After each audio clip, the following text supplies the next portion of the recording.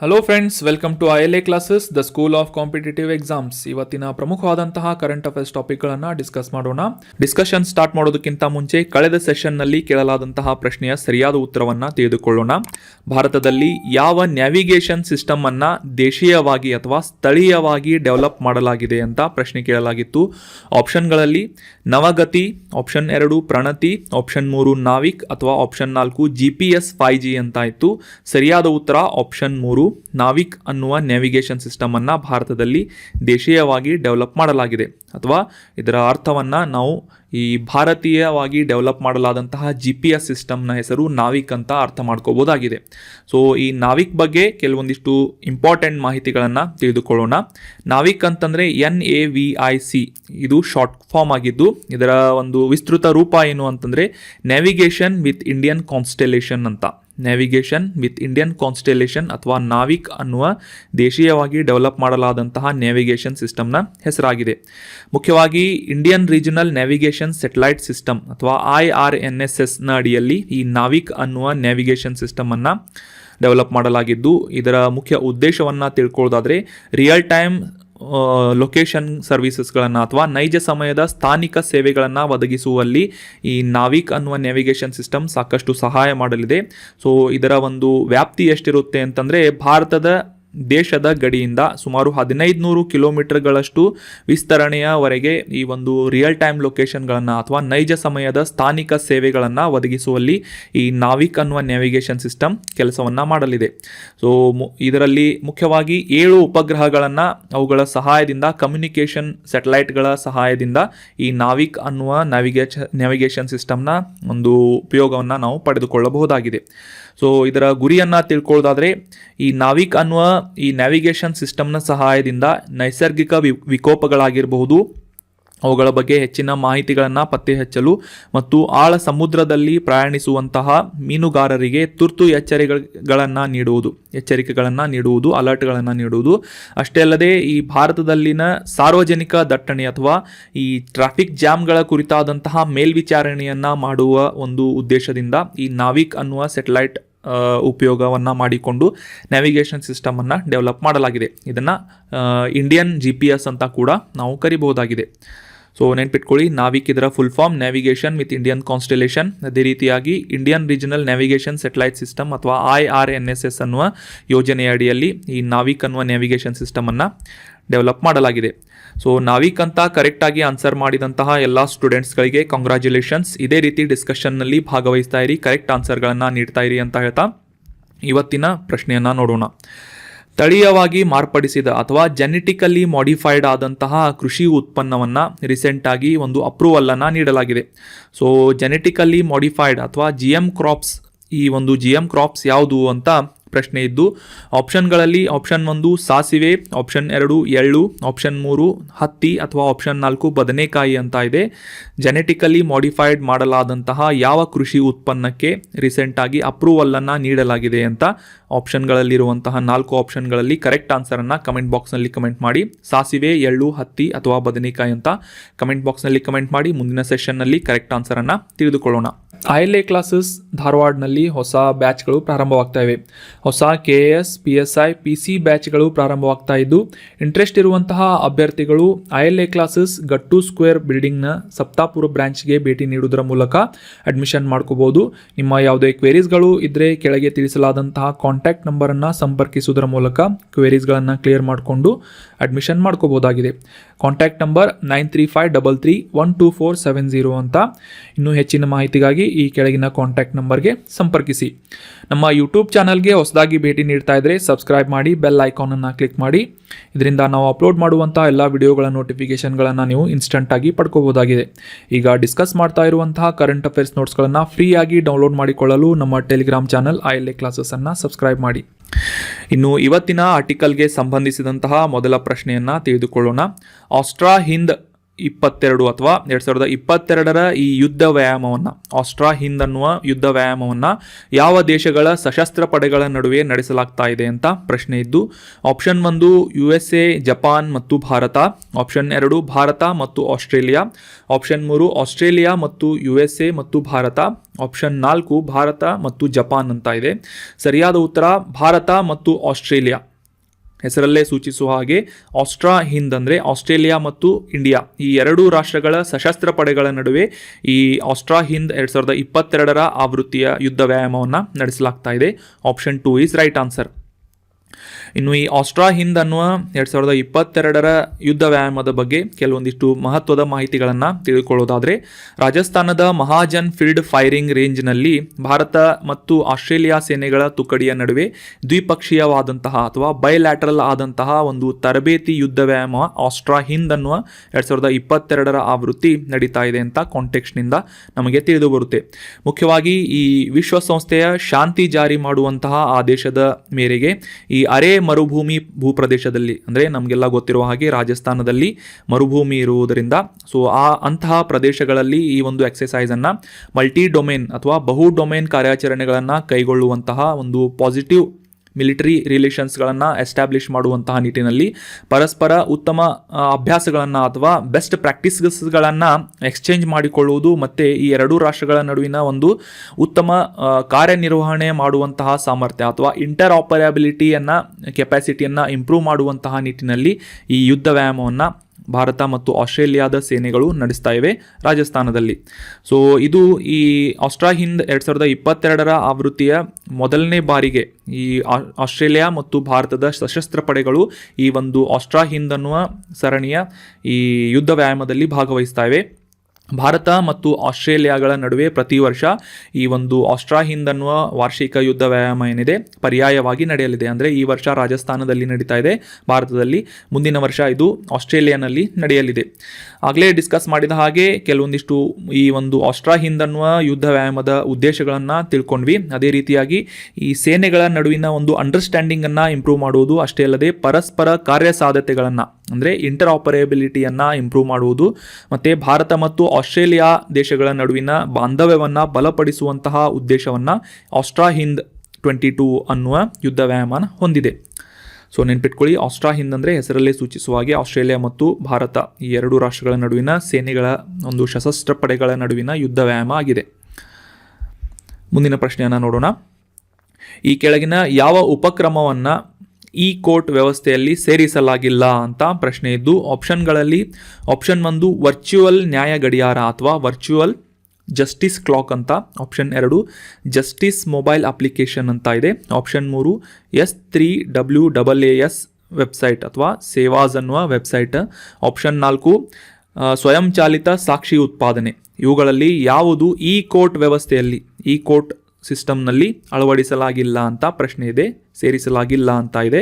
So ಯಾವುದು ಇಲ್ಲ ಅಂತ ಗುರುತಿಸಬೇಕಾಗಿದೆ. So correct answer is option 4 ಸ್ವಯಂಚಾಲಿತ ಸಾಕ್ಷಿ ಉತ್ಪಾದನೆಯನ್ನು ಹೊರತುಪಡಿಸಿ ವರ್ಚುವಲ್ ನ್ಯಾಯ ಗಡಿಯಾರ ಆಗಿರ್ಬೋದು, ಜಸ್ಟಿಸ್ ವೆಬ್ಸೈಟ್ ಮೊಬೈಲ್ ಅಪ್ಲಿಕೇಶನ್ ಆಗಿರ್ಬೋದು, ಸೇವಾಸ್ ಅನ್ನುವ ವೆಬ್ಸೈಟ್ ಆಗಿರ್ಬೋದು, ಈ ಮೂರೂ ವ್ಯವಸ್ಥೆಗಳನ್ನು ಈ ಕೋರ್ಟ್ ವ್ಯವಸ್ಥೆಯಲ್ಲಿ ಅಥವಾ ಡಿಜಿಟಲೈಸ್ ಮಾಡಲಾದಂತಹ ಕೋರ್ಟ್ಗಳ ವ್ಯವಸ್ಥೆಯಲ್ಲಿ ಸೇರಿಸಲಾಗಿದೆ.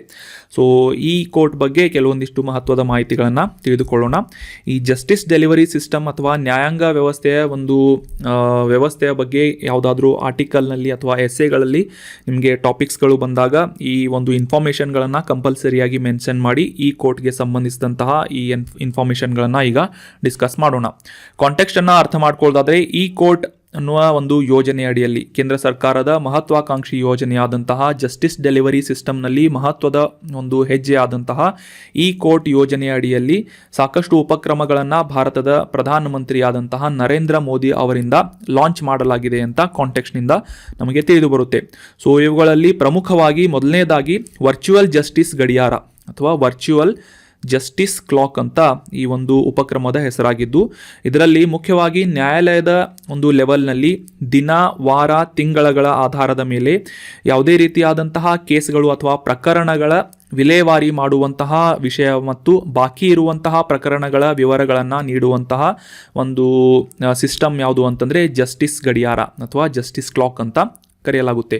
ಇದರಲ್ಲಿ ಮುಖ್ಯವಾಗಿ ಈ ಕೋರ್ಟ್ಗಳಲ್ಲಿ ಎಷ್ಟು ಕೇಸಸ್ಗಳು ಡಿಸ್ಪೋಸ್ ಆಗಿವೆ, ವಿಲೇವಾರಿಯಾಗಿವೆ, ಅಥವಾ ಎಷ್ಟು ಕೇಸಸ್ಗಳು ಪೆಂಡಿಂಗ್ ಇವೆ ಅಂತ ಈ ರೀತಿಯ ಒಂದು ಇನ್ಫಾರ್ಮೇಷನ್ಗಳ ಮತ್ತು ಅವುಗಳ ಸಂಖ್ಯೆಗಳನ್ನು ಈ ಒಂದು ಜಸ್ಟಿಸ್ ಕ್ಲಾಕ್ನಲ್ಲಿ ಮೆನ್ಷನ್ ಮಾಡಲಾಗುತ್ತೆ.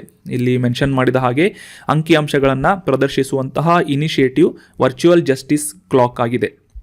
ಇನ್ನು ಮುಂದಿನ ಇನಿಷಿಯೇಟಿವ್ ಯಾವುದು ಅಂತಂದರೆ, ಸೊ ಇದರ ಬಗ್ಗೆ ಡೀಟೇಲ್ ಆಗಿ ತಿಳ್ಕೊಳ್ಳೋದಾದರೆ, ಈ ವರ್ಚುವಲ್ ಜಸ್ಟಿಸ್ ಕ್ಲಾಕ್ನಲ್ಲಿ ನ್ಯಾಯಾಲಯಗಳ ಕಾರ್ಯನಿರ್ವಹಿಸುವಂತಹ ಜವಾಬ್ದಾರಿಯುತವಾಗಿ ಮತ್ತು ಪಾರದರ್ಶಕವಾಗಿ ಈ ಒಂದು ಜಸ್ಟಿಸ್ ಡೆಲಿವರಿ ಸಿಸ್ಟಮನ್ನು ಮೇಂಟೈನ್ ಮಾಡಬೇಕು ಅಂತ ಉದ್ದೇಶದಿಂದ ಈ ಒಂದು ಜಸ್ಟಿಸ್ ಕ್ಲಾಕನ್ನು ಎಸ್ಟಾಬ್ಲಿಷ್ ಮಾಡಲಾಗಿದೆ.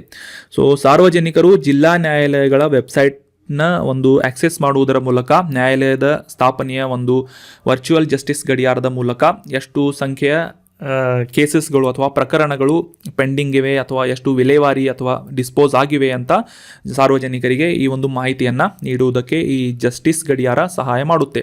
ಇನ್ನು ಎರಡನೇ ಇನಿಷಿಯೇಟಿವ್ ಯಾವುದು ಅಂತಂದರೆ ಜಸ್ಟಿಸ್ ಮೊಬೈಲ್ ಅಪ್ಲಿಕೇಶನ್ 2.0 ಅಂತ.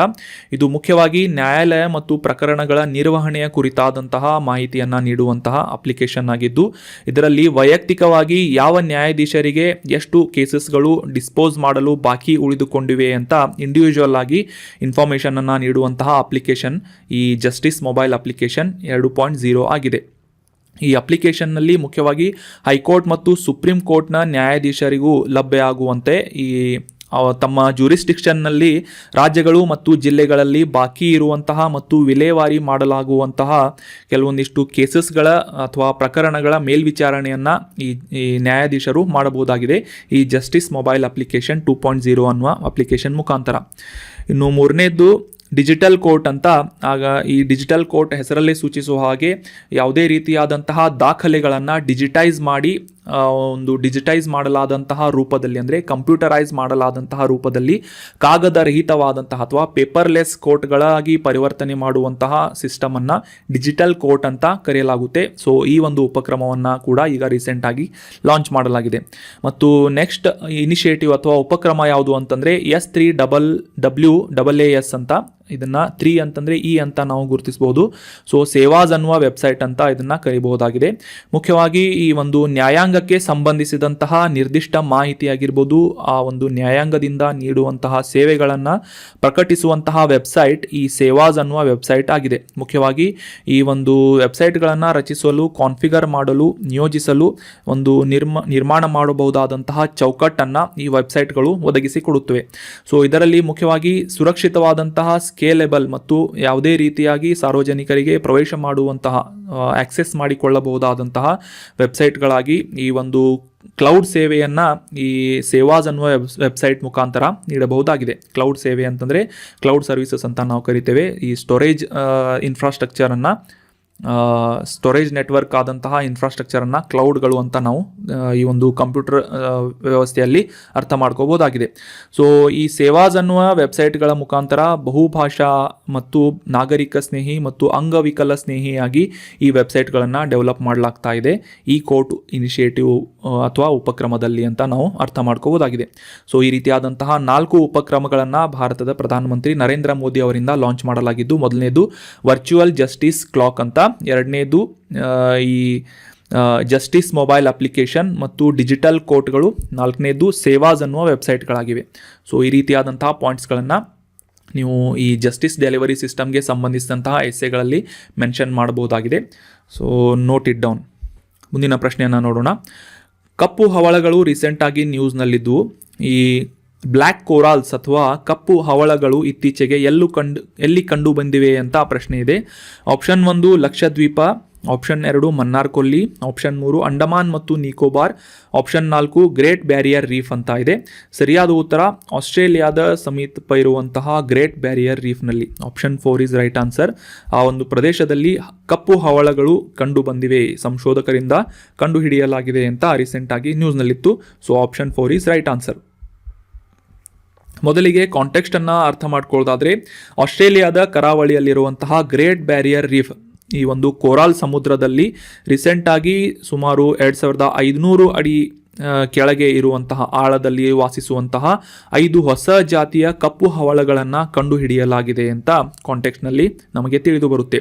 ಸೊ ಸಾಕಷ್ಟು ಆಳದಲ್ಲಿ ವಾಸಿಸುವಂತಹ ಈ ಹವಳಗಳು ಕಪ್ಪಾಗಿರುವುದರಿಂದ ಇವುಗಳನ್ನು ಬ್ಲ್ಯಾಕ್ ಕೋರಾಲ್ಸ್ ಅಂತ ಗುರುತಿಸಲಾಗ್ತಾ ಇದೆ. ಈ ಇಮೇಜ್ನಲ್ಲೂ ಕೂಡ ನೋಡ್ಬೋದು ಕಪ್ಪು ಒಂದು ಬಣ್ಣದ ಈ ಒಂದು ಹವಳಗಳನ್ನು ನಾವು ಅತಿ ಆಳದಲ್ಲಿ ಅಂದರೆ ಸುಮಾರು 760 ಮೀಟರ್ಗಳಷ್ಟು ಸಮುದ್ರದ ಆಳದಲ್ಲಿ ಇವುಗಳನ್ನು ಕಂಡುಹಿಡಿಯಲಾಗಿದೆ. 5 ಹೊಸ ಜಾತಿಯ ಕಪ್ಪು ಹವಳಗಳನ್ನು ಈ ವಾಷಿಂಗ್ಟನ್ ಸ್ಮಿತ್ಸೋನಿಯನ್ ಇನ್ಸ್ಟಿಟ್ಯೂಟ್ ಅನ್ನುವ ಸಂಶೋಧಕರು ಆ ಒಂದು ಸಂಸ್ಥೆಯ ಸಂಶೋಧಕರು ಕಂಡುಹಿಡಿದಿದ್ದಾರೆ. ಸೊ ಹೀಗಾಗಿ ಈ ಬ್ಲ್ಯಾಕ್ ಕೋರಾಲ್ಸ್ ಬಗ್ಗೆ ನಾವು ಡೀಟೇಲ್ ಆಗಿ ಈ ಆರ್ಟಿಕಲ್ನಲ್ಲಿ ಡಿಸ್ಕಸ್ ಮಾಡೋಣ. ಆಗಲೇ ತಿಳಿಸಿದ ಹಾಗೆ ಸಮುದ್ರದ ಸಾಕಷ್ಟು ಆಳದಲ್ಲಿ ವಾಸಿಸುವಂತಹ ಈ ಹವಳಗಳು ಸುಮಾರು 8,000 ಮೀಟರ್ಗಿಂತ ಹೆಚ್ಚು ಆಳದಲ್ಲಿ ಬೆಳೆಯುವುದನ್ನು ನಾವು ಕಾಣಬಹುದಾಗಿದೆ. ಇವು ಪ್ರತ್ಯೇಕವಾಗಿ 4,000 ವರ್ಷಗಳವರೆಗೂ ಕೂಡ ಬದುಕುವಂತಹ ಸಾಮರ್ಥ್ಯವನ್ನು ಈ ಹವಳಗಳು ಹೊಂದಿವೆ ಅಂತ ಈ ಒಂದು ಸಂಶೋಧಕರಿಂದ ಕಂಡುಹಿಡಿಯಲಾಗಿದೆ. ಸೊ ಅಷ್ಟೇ ಅಲ್ಲದೆ ಸಾಮಾನ್ಯವಾಗಿ ನಾವು ಕಾಣುವಂತಹ ಹವಳಗಳು ಸಮುದ್ರದ ಅಷ್ಟೊಂದು ಆಳದಲ್ಲಿ ಇರುವುದಿಲ್ಲ. ಸೊ ಸೂರ್ಯನ ಮತ್ತು ದ್ಯುತಿ ಸಂಶ್ಲೇಷಣೆ ಕ್ರಿಯೆಯಿಂದ ತಮ್ಮ ಶಕ್ತಿಯನ್ನು ಉತ್ಪಾದಿಸಿಕೊಂಡು ಸೂರ್ಯನ ಕಿರಣಗಳನ್ನು ಅವಲಂಬಿಸಿರುವಂತಹ ಈ ಹವಳಗಳು ಅವುಗಳಿಗೆ ಸಾಕಷ್ಟು ಭಿನ್ನವಾಗಿ ಆಳದಲ್ಲಿ ಬೆಳೆಯುವಂತಹ ಈ ಕಪ್ಪು ಹವಳಗಳೇನಿದ್ದಾವೆ ತಮ್ಮ ಒಂದು ಶಕ್ತಿಗಾಗಿ ಅಥವಾ ತಮ್ಮ ಒಂದು ಜೀವನಾಹಾರಕ್ಕಾಗಿ ಝೂ ಪ್ಲಾಂಕ್ಟನ್ಗಳನ್ನು ತಿಂದು ಅವುಗಳನ್ನು ಅವಲಂಬಿಸಿ ಬದುಕುತ್ತವೆ ಅಂತ ನಾವು ಅಂಡರ್ಸ್ಟ್ಯಾಂಡ್ ಮಾಡ್ಕೋಬಹುದಾಗಿದೆ. ಸೊ ನೆನ್ಪಿಟ್ಕೊಳ್ಳಿ, ಈ ಕಪ್ಪು ಹವಳಗಳು ರೀಸೆಂಟಾಗಿ ಕಂಡು ಬಂದಂತಹ ಏರಿಯಾ ಯಾವುದು ಅಂತಂದರೆ ಗ್ರೇಟ್ ಬ್ಯಾರಿಯರ್ ರೀಫ್ ಆಸ್ಟ್ರೇಲಿಯಾದ ಕೋಸ್ಟಲ್ ಏರಿಯಾನಲ್ಲಿ ಅಥವಾ ಕರಾವಳಿ ಪ್ರದೇಶದಲ್ಲಿ ಕಂಡುಬರುವಂತಹ ಈ ಹೇರಳವಾದಂತಹ ಕೋರಾಲ್ಗಳನ್ನು ಅಥವಾ ಹವಳಗಳನ್ನು ಹೊಂದಿರುವಂತಹ ಪ್ರದೇಶವಾಗಿದೆ ಗ್ರೇಟ್ ಬ್ಯಾರಿಯರ್ ರೀಫ್. ಇನ್ನು ಮುಂದಿನ ಪ್ರಶ್ನೆಯನ್ನು ನೋಡೋಣ. ಹಿಮಾಲಯದ ಯಾಕ್ ರೀಸೆಂಟಾಗಿ ನ್ಯೂಸ್ನಲ್ಲಿತ್ತು. ಸೊ ಈ ಹಿಮಾಲಯದ ಯಾಕ್ ಬಗ್ಗೆ ಈ ಕೆಳಗಿನ ಯಾವ ಹೇಳಿಕೆ ತಪ್ಪಾಗಿದೆ ಅಂತ ಗುರುತಿಸಬೇಕಾಗಿದೆ. ಈ ಕೆಳಗಿನ ಸ್ಟೇಟ್ಮೆಂಟ್ಗಳಲ್ಲಿ ಯಾವುದು ತಪ್ಪು ಹಿಮಾಲಯದ ಯಾಕ್ ಬಗ್ಗೆ ಅಂತ ಗುರುತಿಸಬೇಕಾಗಿದೆ. ಆಪ್ಷನ್ 1, ಈ ಪ್ರಾಣಿಗಳು ಭಾರತದಲ್ಲಿ ಮಾತ್ರ ಕಂಡುಬರುವಂತಹ ಪ್ರಾಣಿಗಳಾಗಿವೆ, ಹಿಮಾಲಯದ ಯಾಕ್ ಅಂತ ಇದೆ. ಆಪ್ಷನ್ 2, ಹಿಮಾಲಯದ ಪ್ರದೇಶದಲ್ಲಿ ಜನರಿಗೆ ಹಾಲು ಮತ್ತು ಮಾಂಸದ ಮುಖ್ಯ ಮೂಲಗಳಾಗಿವೆ ಈ ಯಾಕ್ಸ್ಗಳು ಅಂತ ಆಪ್ಷನ್ 2 ಅಥವಾ ಸ್ಟೇಟ್ಮೆಂಟ್ 2 ಹೇಳ್ತಾ ಇದೆ. ಸ್ಟೇಟ್ಮೆಂಟ್ 3ರಲ್ಲಿ ಭಾರತದಲ್ಲಿ ಅಂದಾಜು ಸುಮಾರು 60,000 ಹಿಮಾಲಯನ್ ಯಾಕ್ಗಳಿವೆ ಅಂತ ಇದೆ. ಆಪ್ಷನ್ 4, ಮೇಲಿನ ಎಲ್ಲವೂ ಸರಿಯಾಗಿವೆ ಅಂತ ಇದೆ. ಸೊ ಸರಿಯಾದ ಉತ್ತರ ತಪ್ಪಾಗಿದೆ ಯಾವುದು ಅಂತ ಗುರುತಿಸಬೇಕಾಗಿದೆ. Option 1 is wrong. So correct ಆದ ಆನ್ಸರ್ ಯಾವುದು? ಆಪ್ಷನ್ 1. ಸೊ ಪ್ರಾಣಿಗಳು ಭಾರತದಲ್ಲಿ ಮಾತ್ರ ಕಂಡು ಬರುವುದಿಲ್ಲ, ಭಾರತವನ್ನು ಹೊರತುಪಡಿಸಿ ಬೇರೆ ದೇಶಗಳಲ್ಲೂ ಕೂಡ ಹಿಮಾಲಯನ್ ಯಾಕ್ಗಳು ಕಂಡುಬರುತ್ತವೆ. ಸೊ ಹೀಗಾಗಿ ಈ 2 ಮತ್ತು 3ನೇ ಸ್ಟೇಟ್ಮೆಂಟ್ಗಳೇನಿವೆ ಕರೆಕ್ಟ್ ಆಗಿವೆ. Option 1 is right answer. ಇನ್ನು ಈ ಯಾಕ್ಗಳ ಬಗ್ಗೆ ಡೀಟೇಲ್ ಆಗಿ ಈ ಆರ್ಟಿಕಲ್ನಲ್ಲಿ ಡಿಸ್ಕಸ್ ಮಾಡೋಣ. ಮೊದಲಿಗೆ ಕಾಂಟೆಕ್ಸ್ಟನ್ನು ಅರ್ಥ ಮಾಡ್ಕೊಳ್ಳೋದಾದರೆ, ಭಾರತೀಯ ಆಹಾರ ಸುರಕ್ಷತೆ ಮತ್ತು ಗುಣಮಟ್ಟ ಪ್ರಾಧಿಕಾರ ಅಥವಾ food safety and security authority of India ಈ ಒಂದು ಸಂಸ್ಥೆಯ ಅಡಿಯಲ್ಲಿ ಹಿಮಾಲಯನ್ ಯಾಕ್ ಈ ಒಂದು ಪ್ರಾಣಿಗೆ ಆ್ಯನಿಮಲ್ ಟ್ಯಾಗ್ ಅಥವಾ ಪ್ರಾಣಿ ಟ್ಯಾಗ್ ಅಂತ ಗುರುತಿಸಲಾಗ್ತಾ ಇದೆ. ಸೊ ಈ ಟ್ಯಾಗ್ಗಳನ್ನು ಡಿಸ್ಟ್ರಿಬ್ಯೂಟ್ ಮಾಡಲಾಗಿದೆ. ಮುಖ್ಯವಾಗಿ ರೀಸೆಂಟ್ ಆದಂತಹ ಸಂದರ್ಭದಲ್ಲಿ ಅಂದರೆ ಇತ್ತೀಚಿನ ಸಂದರ್ಭಗಳಲ್ಲಿ ಯಾಕ್ಗಳ ಒಂದು ಸಂಖ್ಯೆಯಲ್ಲಿ ಕುಸಿತವನ್ನು ಕಾಣುವುದು ಈ ಒಂದು ನಿರ್ಧಾರಕ್ಕೆ ಮುಖ್ಯವಾದಂತಹ ಕಾರಣವಾಗಿದೆ. ಸೊ ಹೀಗಾಗಿ ಈ ಯಾಕ್ಗಳನ್ನು ಸರಿಯಾಗಿ ಗಣತಿ ಮಾಡುವಂತಹ ಉದ್ದೇಶದಿಂದ ಇವುಗಳಿಗೆ ಟ್ಯಾಗ್ಗಳನ್ನು ಅಳವಡಿಸಲಾಗ್ತಾ ಇದೆ ಅಂತ ಕಾಂಟೆಕ್ಸ್ಟ್ನಿಂದ ನಮಗೆ ತಿಳಿದು ಬರುತ್ತೆ. ಸೊ ಈ ಯಾಕ್ಗಳು ನ್ಯೂಸ್ನಲ್ಲಿರೋದರಿಂದ ಇವುಗಳ ಬಗ್ಗೆ ಕೆಲವೊಂದಿಷ್ಟು ಮಾಹಿತಿಗಳನ್ನು ತಿಳಿದುಕೊಳ್ಳೋಣ.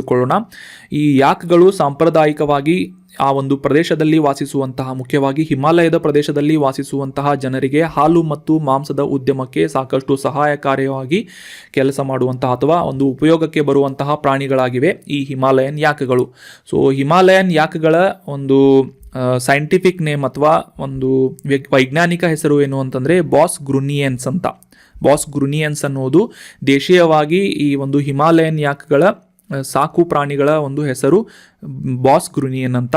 ಸೊ ವೈಲ್ಡ್ ಆ್ಯನಿಮಲ್ಗಳು ಅಂದರೆ ವೈಲ್ಡ್ ಯಾಕ್ಗಳನ್ನು ಬಾಸ್ ಮ್ಯೂಟಸ್ ಅಂತ ಕರೆಯಲಾಗುತ್ತೆ. ಸೊ ನಮಗೆ ಇಂಪಾರ್ಟೆಂಟ್ ಇರುವುದೇನು ಅಂತಂದರೆ ಈ ಸಾಕು ಪ್ರಾಣಿಗಳಾದಂತಹ ದೇಶೀಯ ಯಾಕ್ಗಳನ್ನು ಬಾಸ್ ಗ್ರುನಿಯನ್ ಅನ್ನುವ ವೈಜ್ಞಾನಿಕ ಹೆಸರಿನಿಂದ ಗುರುತಿಸಲಾಗುತ್ತೆ. ಇವು ಮುಖ್ಯವಾಗಿ ಭಾರತವನ್ನು ಹೊರತುಪಡಿಸಿ ಮಂಗೋಲಿಯಾ ಮತ್ತು ರಷ್ಯಾದಲ್ಲೂ ಕೂಡ ಕಂಡುಬರುವಂತಹ ಪ್ರಾಣಿಗಳಾಗಿದ್ದು, ಈ ಹಿಮಾಲಯನ್ ಯಾಕ್ಗಳು ಭಾರತದಲ್ಲಿ ಪ್ರಮುಖವಾದಂತಹ ಪ್ರದೇಶಗಳಾದಂತಹ ಅರುಣಾಚಲ್ ಪ್ರದೇಶ್, ಸಿಕ್ಕಿಂ, ಬಂಗಾಳ ರಾಜ್ಯದ ಉತ್ತರ ಭಾಗದಲ್ಲಿ, ಉತ್ತರಾಖಂಡ್ನಲ್ಲಿ, ಹಿಮಾಚಲ್ ಪ್ರದೇಶದಲ್ಲಿ, ಲದಾಖ್, ಜಮ್ಮು ಮತ್ತು ಕಾಶ್ಮೀರ ಈ ಒಂದು ಪ್ರದೇಶಗಳಲ್ಲಿ ಕಂಡುಬರುವಂತಹ ಪ್ರಾಣಿಗಳಾಗಿವೆ ಯಾಕ್ಗಳು. ಅಷ್ಟೇ ಅಲ್ಲದೆ ಈ ವೈಲ್ಡ್ ಯಾಕ್ ಅಥವಾ ಕಾಡು ಯಾಕ್ಗಳು ಟಿಬೇಟ್ನಲ್ಲೂ ಕೂಡ ಕಂಡುಬರುವಂತಹ ಪ್ರಾಣಿಗಳಾಗಿವೆ. ಸೊ 1989ರಲ್ಲಿ ಭಾರತ ಸರ್ಕಾರದಿಂದ ಈ ಯಾಕ್ ಅನ್ನುವ ಪ್ರಾಣಿಯನ್ನು ಸಂರಕ್ಷಣೆ ಮಾಡುವಂತಹ ನಿಟ್ಟಿನಲ್ಲಿ ಅರುಣಾಚಲ್ ಪ್ರದೇಶದ ದಿರಾಂಗ್ನಲ್ಲಿನ ಈ ಒಂದು ಯಾಕ್ ಸಾಕಾಣಿಕೆ ಸಂಶೋಧನೆಗಾಗಿ ಒಂದು ಮೀಸಲಾದಂತಹ ಕೇಂದ್ರವನ್ನು 1989ರಲ್ಲಿ ಸ್ಥಾಪನೆ ಮಾಡಲಾಗಿತ್ತು. ಸೊ ಇದೇನು ಅಷ್ಟು exam point of view important ಇಲ್ಲ. ಸೊ ಇಂಪಾರ್ಟೆಂಟ್ ಏನು ಅಂತಂದರೆ ಯಾವ ಪ್ರದೇಶಗಳಲ್ಲಿ ಯಾಕ್ ಒಂದು ಮೃಗವನ್ನು ನಾವು ಕಾಣಬಹುದಾಗಿದೆ ಅಂತ. ಈ ಒಂದು ಅರುಣಾಚಲ್ ಪ್ರದೇಶ್, ಸಿಕ್ಕಿಂ, ಉತ್ತರ ಬಂಗಾಳ, ಉತ್ತರಾಖಂಡ್, ಹಿಮಾಚಲ್ ಪ್ರದೇಶ್, ಲದಾಖ್, ಜಮ್ಮು ಕಾಶ್ಮೀರ್ ಪ್ರದೇಶಗಳಲ್ಲಿ ಭಾರತದಲ್ಲಿ ನಾವು ಈ ಹಿಮಾಲಯನ್ ಯಾಕ್ಗಳನ್ನು ಕಾಣಬಹುದಾಗಿದೆ. ಅಷ್ಟೇ ಅಲ್ಲದೆ ಮಂಗೋಲಿಯಾ ಮತ್ತು ರಷ್ಯಾದ ಉತ್ತರ ಪ್ರದೇಶಗಳಲ್ಲೂ ಕೂಡ ಈ ಹಿಮಾಲಯನ್ ಯಾಕ್ಗಳನ್ನು ನಾವು ಕಾಣಬಹುದಾಗಿದೆ.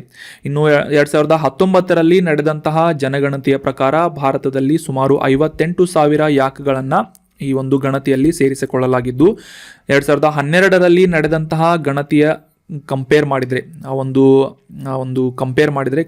ಮಾಡಿದರೆ 25%ನಷ್ಟು ಈ ಒಂದು ಯಾಕ್ಗಳ ಸಂಖ್ಯೆಗಳಲ್ಲಿ ಕುಸಿತವನ್ನು ಕಾಣಲಾಗಿದೆ ಅಂತ ಗುರುತಿಸಲಾಗಿದೆ.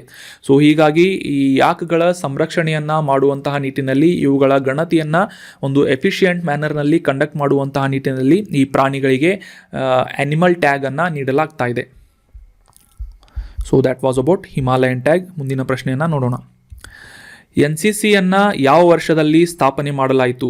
ನ್ಯಾಷನಲ್ ಕೆಡೆಟ್ ಕಾರ್ಪ್ಸ್ ಅಂತ ಏನು ಕರಿತೇವೆ, NCCಯನ್ನು ಸ್ಥಾಪನೆ ಮಾಡಿದಂತಹ ವರ್ಷ ಯಾವುದು ಅಂತ ಪ್ರಶ್ನೆ ಇದ್ದು, ಆಪ್ಷನ್ 1 1971, ಆಪ್ಷನ್ 2 1937, ಆಪ್ಷನ್ 3 1948 ಅಥವಾ ಆಪ್ಷನ್ 4 1999 ಅಂತ ಇದೆ. ಸರಿಯಾದ ಉತ್ತರ ಆಪ್ಷನ್ ಸಿ 1948ರಲ್ಲಿ ನ್ಯಾಷನಲ್ ಕೆಡೆಟ್ ಕಾರ್ಪ್ಸ್ ಅನ್ನುವ ಸಂಸ್ಥೆಯನ್ನು ಪ್ರಾರಂಭ ಮಾಡಲಾಗಿತ್ತು. ಸೊ ರೀಸೆಂಟಾಗಿ NCC ನ್ಯೂಸ್ನಲ್ಲಿತ್ತು. ಯಾಕಂತಂದರೆ ನವೆಂಬರ್ 27ರಂದು ಪ್ರತಿ ವರ್ಷ ರೈಸಿಂಗ್ ಡೇ ಅನ್ನಾಗಿ NCC ಆಚರಿಸಿಕೊಳ್ಳುತ್ತೆ. ಈ ವರ್ಷ ಅಂದರೆ 2022ರಲ್ಲಿ 74ನೇ ರೈಸಿಂಗ್ ದಿನವನ್ನು ಈ NCC ಸಂಸ್ಥೆಯಿಂದ ಆಚರಣೆ ಮಾಡಲಾಯಿತು. ಸೊ ಹೀಗಾಗಿ ಈ ರಾಷ್ಟ್ರೀಯ ಕೆಡೆಟ್ ಕಾರ್ಪ್ಸ್ ಅಥವಾ ನ್ಯಾಷನಲ್ ಕೆಡೆಟ್ ಕಾರ್ಪ್ಸ್ಗಳ ಒಂದು ಇನ್ಫಾರ್ಮೇಷನನ್ನು ನಾವು ಡೀಟೇಲ್ ಆಗಿ ಡಿಸ್ಕಸ್ ಮಾಡೋಣ. ಮುಖ್ಯವಾಗಿ ಈ ಒಂದು ಯುವಕರನ್ನು ಶಿಸ್ತುಬದ್ಧ ಮತ್ತು ದೇಶಭಕ್ತಿಯ ನಾಗರಿಕರನ್ನಾಗಿ ರೂಪಿಸುವಂತಹ ನಿಟ್ಟಿನಲ್ಲಿ ನ್ಯಾಷನಲ್ ಕೆಡೆಟ್ ಕಾರ್ಪ್ಸ್ಗಳನ್ನು ಅಂದರೆ NCCಯನ್ನು ಸ್ಥಾಪನೆ ಮಾಡಲಾಗಿತ್ತು. ಇದು ತ್ರಿಸೇವಾ ಸಂಸ್ಥೆಯಾಗಿದ್ದು ಭಾರತೀಯ ಭೂಸೇನೆ, ನೌಕಾಪಡೆ ಮತ್ತು ವಾಯುಪಡೆಗಳನ್ನು ಒಳಗೊಂಡಿರುವಂತಹ ಒಂದು ಸ್ವಯಂ ಸೇವಕ ಸಂಸ್ಥೆಯಾಗಿದೆ. ಸೊ ಇದು ಸ್ವಯಂ ಸೇವಾ ಸಂಸ್ಥೆಯಾಗಿದೆ ಅಂತ ನಾವು ಡಿಸ್ಕಸ್ ಮಾಡಿದ್ವಿ. ಭಾರತದಾದ್ಯಂತ ಪ್ರೌಢಶಾಲೆಗಳಲ್ಲಿ, ಕಾಲೇಜುಗಳಲ್ಲಿ, ವಿಶ್ವವಿದ್ಯಾನಿಲಯಗಳಲ್ಲಿ ಕೆಡೆಟ್ಗಳನ್ನು ನೇಮಿಸಿಕೊಂಡು ಆ ಕೆಡೆಟ್ಗಳಿಗೆ ಸಣ್ಣ ಶಸ್ತ್ರಾಸ್ತ್ರಗಳು ಮತ್ತು ಪರೇಡ್ಗಳಲ್ಲಿ ಮೂಲಭೂತವಾದಂತಹ ಮಿಲಿಟರಿ ತರಬೇತಿಯನ್ನು ನೀಡುವುದು ಈ ರಾಷ್ಟ್ರೀಯ ಕೆಡೆಟ್ ಕಾರ್ಪ್ಸ್ನ ಮುಖ್ಯ ಉದ್ದೇಶ ಆಗಿದೆ. ಅಷ್ಟೇ ಅಲ್ಲದೆ ಸಾಮಾನ್ಯ ಸಮಯದಲ್ಲಿ ಈ ಒಂದು ಸಶಸ್ತ್ರ ಪಡೆಗಳಿಗೆ ಸೇರಿಕೆ ಅಥವಾ ಒಂದು ರಿಕ್ರೂಟ್ಮೆಂಟ್ ಮಾಡುವಂತಹ ಸಂದರ್ಭದಲ್ಲಿ ಈ NCC ಕೆಡೆಟ್ಗಳಿಗೆ ಅಥವಾ ಅಭ್ಯರ್ಥಿಗಳಿಗೆ ಹೆಚ್ಚಿನ ಒಂದು ಆದ್ಯತೆಯನ್ನು ನೀಡಲಾಗುತ್ತೆ. ಸಾಮಾನ್ಯ ಅಭ್ಯರ್ಥಿಗಳಿಗೆ ಕಂಪೇರ್ ಮಾಡಿದರೆ NCC ಕೆಡೆಟ್ಗಳಿಗೆ ಒಂದು ಸೇನೆಯಲ್ಲಿ ಆಯ್ಕೆಯನ್ನು ಮಾಡುವಂತಹ ಸಂದರ್ಭದಲ್ಲಿ ಹೆಚ್ಚಿನ ಆದ್ಯತೆಯನ್ನು ನೀಡಲಾಗುತ್ತೆ. ಇನ್ನು ಇದರ ಸ್ಥಾಪನೆಯ ಬಗ್ಗೆ ತಿಳ್ಕೊಳ್ಳೋದಾದರೆ 1948ರಲ್ಲಿ ರಾಷ್ಟ್ರೀಯ ಕೆಡೆಟ್ ಕಾರ್ಪ್ಸ್ ಆ್ಯಕ್ಟ್ ಈ ಒಂದು ಕಾಯ್ದೆಯ ಅಡಿಯಲ್ಲಿ 1948ರಲ್ಲಿ ಈ NCCಯನ್ನು ಸ್ಥಾಪನೆ ಮಾಡಲಾಗಿತ್ತು. ಇನ್ನು ರಾಷ್ಟ್ರ ಮಟ್ಟದಲ್ಲಿ ಇದರ ಒಂದು ವ್ಯವಹಾರವನ್ನು ನೋಡಿಕೊಳ್ಳುವಂತಹ ಸಚಿವಾಲಯ ಯಾವುದು ಅಂತಂದರೆ ಕೇಂದ್ರ ರಕ್ಷಣಾ ಸಚಿವಾಲಯ. ಇನ್ನು ರಾಜ್ಯಗಳಲ್ಲಿ ಈ NCCಯೊಂದಿಗೆ ವ್ಯವಹರಿಸುವಂತಹ ಸಂಸ್ಥೆ ಯಾವುದು ಅಂತಂದರೆ ಸಚಿವಾಲಯ ಯಾವುದು ಅಂತಂದರೆ ಶಿಕ್ಷಣ ಸಚಿವಾಲಯ ಆಗಿದೆ. ಇನ್ನು ಈ NCCಯನ್ನು ನೇತೃತ್ವವನ್ನು ವಹಿಸುವಂತಹ ಅಧಿಕಾರಿ ಅಥವಾ ಒಂದು ಆಫೀಸರ್ ಯಾರು ಅಂತಂದರೆ ಲೆಫ್ಟಿನೆಂಟ್ ಜನರಲ್ ಶ್ರೇಣಿಯ, ನಮ್ಮ ಭಾರತದ ಭೂಸೇನೆಯ ಲೆಫ್ಟಿನೆಂಟ್ ಜನರಲ್ ಶ್ರೇಣಿಯ ಆರ್ಮಿ ಆಫೀಸರ್ ಡೈರೆಕ್ಟರ್ ಜನರಲ್ ಆಗಿ ಕಾರ್ಯವನ್ನು ಈ ಒಂದು NCCಯ ನೇತೃತ್ವವನ್ನು ವಹಿಸಿಕೊಳ್ತಾರೆ. ನಮ್ಮ ಭಾರತದ ರಾಜಧಾನಿಯಾದಂತಹ ನವದೆಹಲಿಯಲ್ಲಿ ಈ ಒಂದು ರಾಷ್ಟ್ರ ಮಟ್ಟದ NCCಯ ಹೆಡ್ ಕ್ವಾರ್ಟರ್ ಇರುವುದನ್ನು ನಾವು ನೋಟ್ ಮಾಡ್ಕೋಬೇಕಾಗುತ್ತೆ. So that was about national cadet corps. So that was about today's article. ನೆನ್ಪಿಟ್ಕೊಳ್ಳಿ, 1948ರಲ್ಲಿ NCCಯ ಒಂದು ಸ್ಥಾಪನೆಯಾಗಿತ್ತು. 74ನೇ ರೈಸಿಂಗ್ ಡೇ ಅನ್ನಾಗಿ ನವೆಂಬರ್ 27 NCCಯಿಂದ ಆಚರಣೆ ಮಾಡಲಾಯಿತು ಅಂತ. ಸೊ ಈಗ ಮತ್ತೊಮ್ಮೆ ಇವತ್ತು ಡಿಸ್ಕಸ್ ಮಾಡಲಾದಂತಹ ಎಲ್ಲ ಆರ್ಟಿಕಲ್ಗಳ ರಿವಿಷನನ್ನು ಮಾಡೋಣ. ಮೊದಲ ಆರ್ಟಿಕಲ್ನಲ್ಲಿ ಆಸ್ಟ್ರಾ ಹಿಂದ್ ಅನ್ನುವ ಆಸ್ಟ್ರೇಲಿಯಾ ಮತ್ತು ಭಾರತದ ನಡುವಿನ ಸೇನೆಯ ತುಕಡಿಗಳ ನಡುವಿನ ಯುದ್ಧ ವ್ಯಾಯಾಮದ ಬಗ್ಗೆ ನಾವು ಈ ಆರ್ಟಿಕಲ್ನಲ್ಲಿ ಡಿಸ್ಕಸ್ ಮಾಡಿದ್ವಿ. ನಂತರದ ಆರ್ಟಿಕಲ್ನಲ್ಲಿ ಈ ಕೋರ್ಟ್ ಅನ್ನುವ ಇನಿಷಿಯೇಟಿವ್ ಅಡಿಯಲ್ಲಿ ಯಾವ ಒಂದು ಉಪಕ್ರಮಗಳನ್ನು ಸ್ಥಾಪನೆ ಮಾಡಲಾಗಿದೆ ಭಾರತ ಸರ್ಕಾರದಿಂದ ಅಂತ ಈ ಒಂದು ನ್ಯಾಯಾಂಗ ಕ್ಕೆ ಸಂಬಂಧಿಸಿದಂತಹ ಆರ್ಟಿಕಲನ್ನು ಡಿಸ್ಕಸ್ ಮಾಡಿದ್ವಿ. ಜಸ್ಟಿಸ್ ಡೆಲಿವರಿ ಸಿಸ್ಟಮ್ಗೆ ಸಂಬಂಧಿಸಿದಂತಹ ಆರ್ಟಿಕಲ್ ಆಗಿತ್ತು, ವೆರಿ ಇಂಪಾರ್ಟೆಂಟ್ ಆರ್ಟಿಕಲ್. ನಂತರದ ಆರ್ಟಿಕಲ್ನಲ್ಲಿ ಕಪ್ಪು ಹವಳಗಳು ಅಥವಾ ಬ್ಲ್ಯಾಕ್ ಕೋರಾಲ್ಸ್ ಬಗ್ಗೆ ರೀಸೆಂಟಾಗಿ ಗ್ರೇಟ್ ಬ್ಯಾರಿಯರ್ ರೀಫ್ನ ಸಮುದ್ರದಲ್ಲಿ ಕಂಡು ಬಂದಂತಹ ಕಪ್ಪು ಹವಳಗಳ ಬಗ್ಗೆ ನಾವು ಡೀಟೇಲ್ ಆಗಿ ಅಂಡರ್ಸ್ಟ್ಯಾಂಡ್ ಮಾಡ್ಕೊಂಡ್ವಿ. ನಂತರದ ಆರ್ಟಿಕಲ್ನಲ್ಲಿ ಹಿಮಾಲಯನ್ ಯಾಕ್ ಅನ್ನುವ ಪ್ರಾಣಿಯ ಬಗ್ಗೆ ಒಂದು ಆರ್ಟಿಕಲ್ನಲ್ಲಿ ಡಿಸ್ಕಸ್ ಮಾಡಿದ್ವಿ. ನಂತರ ನ್ಯಾಷನಲ್ ಕ್ಯಾಡೆಟ್ ಕಾರ್ಪ್ಸ್, ರಾಷ್ಟ್ರೀಯ ಕ್ಯಾಡೆಟ್ ಕಾರ್ಪ್ಸ್ಗಳ ಒಂದು ರೈಸಿಂಗ್ ಡೇ ಅನ್ನಾಗಿ ನವೆಂಬರ್ 27ರಂದು ಆಚರಣೆ ಮಾಡಲಾಯಿತು ಅಂತ ಆರ್ಟಿಕಲ್ನಲ್ಲಿ ಡಿಸ್ಕಸ್ ಮಾಡಿದ್ವಿ. ಈಗ ಡಿಸ್ಕಸ್ ಮಾಡಲಾದಂತಹ ಎಲ್ಲ ಕರೆಂಟ್ ಅಫೇರ್ಸ್ ನೋಟ್ಸ್ಗಳನ್ನು ಫ್ರೀಯಾಗಿ ಡೌನ್ಲೋಡ್ ಮಾಡಿಕೊಳ್ಳಲು ನಮ್ಮ ಟೆಲಿಗ್ರಾಮ್ ಚಾನಲ್ ILA ಕ್ಲಾಸಸ್ಸನ್ನು ಸಬ್ಸ್ಕ್ರೈಬ್ ಮಾಡಿ. ಕಳೆದ ತಿಂಗಳ ಅಂತಂದರೆ ಅಕ್ಟೋಬರ್ ತಿಂಗಳ ಎಲ್ಲ ಕರೆಂಟ್ ಅಫೇರ್ಸ್ ನೋಟ್ಸ್ಗಳನ್ನು PDF ಫ್ರೀಯಾಗಿ ಡೌನ್ಲೋಡ್ ಮಾಡಿಕೊಳ್ಳಲು ILA ಕ್ಲಾಸಸ್ ಟೆಲಿಗ್ರಾಮ್ ಚಾನಲನ್ನು ಸಬ್ಸ್ಕ್ರೈಬ್ ಮಾಡ್ಕೋಬೋದು. Thank you so much for joining the discussion. Have a nice day.